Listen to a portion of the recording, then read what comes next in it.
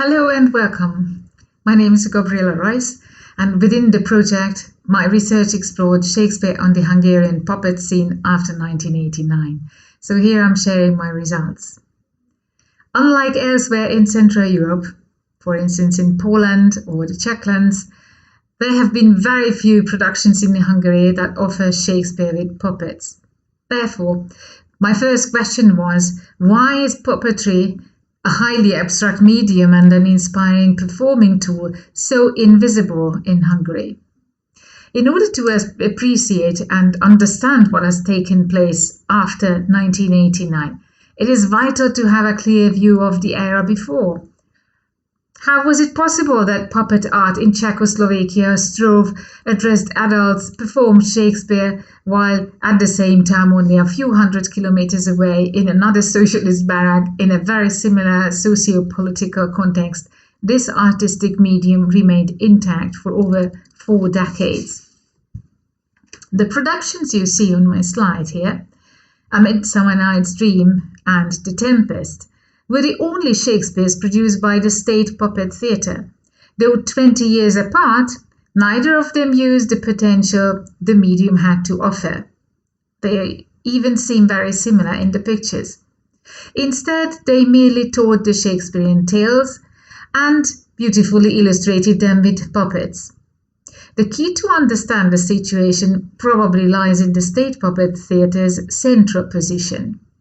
It was the sole professional puppet company during the 45 years of socialism, and it was the sole venue of the country's 1-year puppetry training, and for political reasons the entertainment it provided targeted only the youngest ones with these puppets.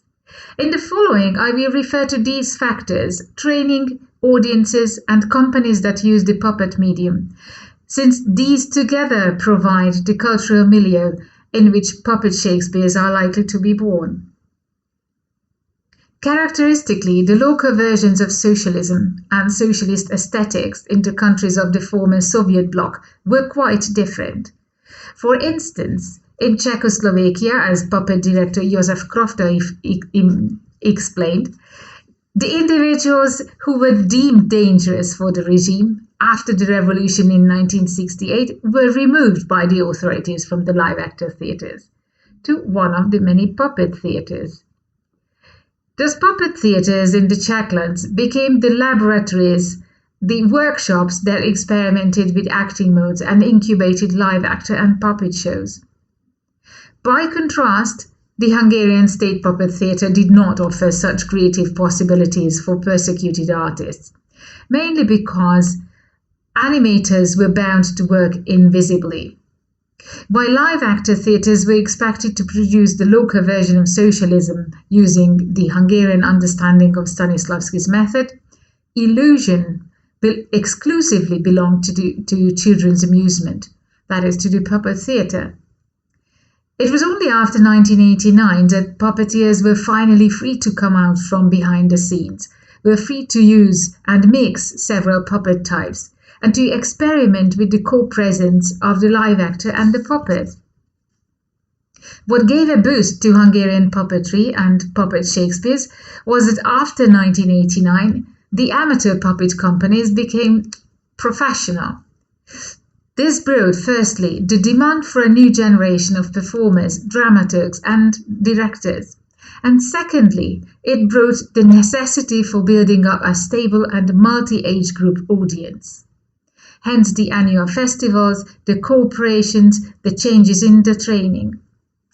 The puppet actor training started in 1995 and the puppet director training in 2008. The most recent development is the English language puppetry MA course within the Erasmus Mundus framework in collaboration with the academies in Bratislava, Prague, and Białystok. Josef Krofta came to Hungary in 2006, and his visit represented an important milestone in the coming-of-age process of Hungarian puppetry. The director of the renowned Czech drag company came to Hungary to work with the performers of the Budapest Puppet Theatre, responding to Géza Balog's invitation. but the performers at the Budapest Puppet Theatre had little or no experience in playing for adults and playing Shakespeare. Nonetheless, Crofter chose Shakespeare for them. Quite possibly, his choice was not entirely accidental. Perhaps he intended to demonstrate that Hungarian puppet art is able to address adult spectators, and it does possess the intellectual abilities and the technical skills to produce Shakespeare. The playtext Crofter required for his direction treated Shakespeare not as a cultural icon, but as a raw material, and thus the playtext served as an influential model in puppet dramaturgy. Today, the number of performances with puppets and the number of puppet Shakespeares are steadily rising. Established theatres often ask for puppets, either because of the size of the character, like in The Wizard of Oz, or to act out embedded narratives, like in Macdonald's Pillowman, or to tone down graphic brutality, like killing Macduff's children in Shakespeare's Macbeth. Puppet companies in the countryside produced a number of Shakespearean adaptations by Pál Lengyel in the late 1990s and the early 2000s, and also a series of initiating drama sessions with teen Shakespeares came alive by young Tamás Somogyi. Adult Shakespeares with puppets are still rare, however, but the ones like Macbeth and The Tempest by Remus Szikszay professionally use the potential that lies in the medium. They combine puppets, performing objects, marionettes, and prostheses or body masks with live actors. These instances powerfully demonstrate that there is both talent and growing interest in companies to stage Shakespeare with puppets. The productions above, especially Szikszay's Tempest, support two assumptions which affect the dramaturgy and the treatment of the source text. First, that the verbose Shakespearean text and the laconic but action-rich puppet medium are far from being irreconcilable. Second, that the combination of various puppet types and live actors, as you see in the pictures, can intricately bring several acting modes and performing traditions into play, and can even become the very core of characterization. In sum, puppetry has started to conquer Hungarian theatres and came of age by producing Shakespeare. In a further research, I hope to see how far this conquest reaches, what artistic and institutional novelties the increasing presence of puppetry will trigger.